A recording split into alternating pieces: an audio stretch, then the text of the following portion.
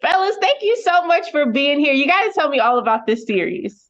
Absolutely. Well, it goes back to when I was 12 years old, to be honest. That's when I met Denny. I'm now almost 50. So that tells you how long he's been in my life and arguably been the most influential man in my life. I mean, totally. Oftentimes, man, I found myself thinking as a dad, as a husband, as an entrepreneur, what would Denny do in this instance? Because when I met him at 12, it was a defining moment for me. And I got to tell you, he's not let me down since. And that's not a pressure. That's just a reality because he's the most consistent person I know, and therefore what I want to be like. And so when we were talking in 2020, catching up like we often did, and we had been kicking around the idea for a couple of years about how to tell the evangel story because it is so exciting about starting with nothing and becoming a state champion within just a few years. We were talking about the team, and he was retired. And I said, "Well, how's the team this year?" And it was late September of 2020. And he said, "Well, we're in a losing season for the first time since 1990." And I said, "What? What are you going to do?" And he said, "Well, I'm thinking I'm going to come out of retirement." And I said, "When?" And he said, "Tomorrow." And at that moment, I realized, well, there's our story. Maybe we should tell this story in real time. So I'm so thankful for Freevee, seeing the vision and wanting to be a part of telling the story. And I can't wait for the world to see Evangel and experience Evangel Christian Academy and all of its beauty. At the same time, for me personally, for the world to get to meet my hero, Denny Duran. So. Now, Coach, I have to assume that you have a passion for coaching the game because you've been doing it for so long. But how did your passion for playing the game on the field kind of transfer to teaching off the field? Well, I loved everything about playing football.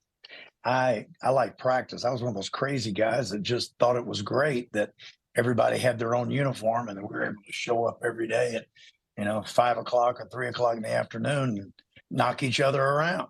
So I was one of those guys that just loved every aspect of being a player.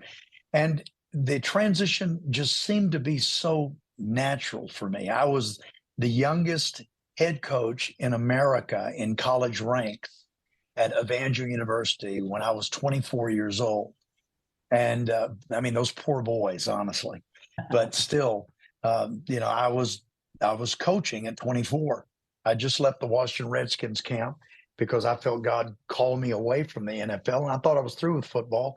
Went to Evangel University to actually speak for a week to their student body, and the president said, "I want to start a football program, and I want you to do it."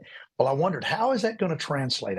Do I really know enough about this game to be able to get this done? And it was then that all that my coaches had invested in me began to just naturally come out because we're a product of our mentors. And so I found myself even saying things like my other coaches. My coach at college, he used to say when somebody dropped the ball, "That's a can of corn." I never knew what that meant. But the very first day at practice, when one of my guys dropped the ball, I said, "That's a can of corn." I still don't know what it means. But I was being mentored so well by such great coaches that when I made the transition to coaching, I had a lot more in me than I even realized I had. So you got to talk to me more about this title, okay? God, family, football. How did you come up with this philosophy? Well, because everything in my life from the time that I had a real encounter with Christ at 17 has been about exalting the Lord and also doing my best to reach and to influence young people. And so football for me has always just been a platform primarily to be able to reach into kids' lives. And so, we'll get together as a football team and do our Bible study daily. And then, we'll do praise and worship together. My boys sing. You'd love to hear that. And I'll ask them, "What does all of this have to do with football?" And they will shout back at me, "Absolutely nothing." And then I will ask them, "Well, why are we doing this?" And they will shout back in unison, "So we can become better men." Now, sometimes I'll ask them this question: "If you weren't here playing football, would you be sitting here allowing me to teach you the word of God?" And they very honestly say, "Oh, absolutely not." So this is an opportunity that I have to bring kids into a setting where they want something. They want to play football and they want to do it well. We're going to teach them how to do that well.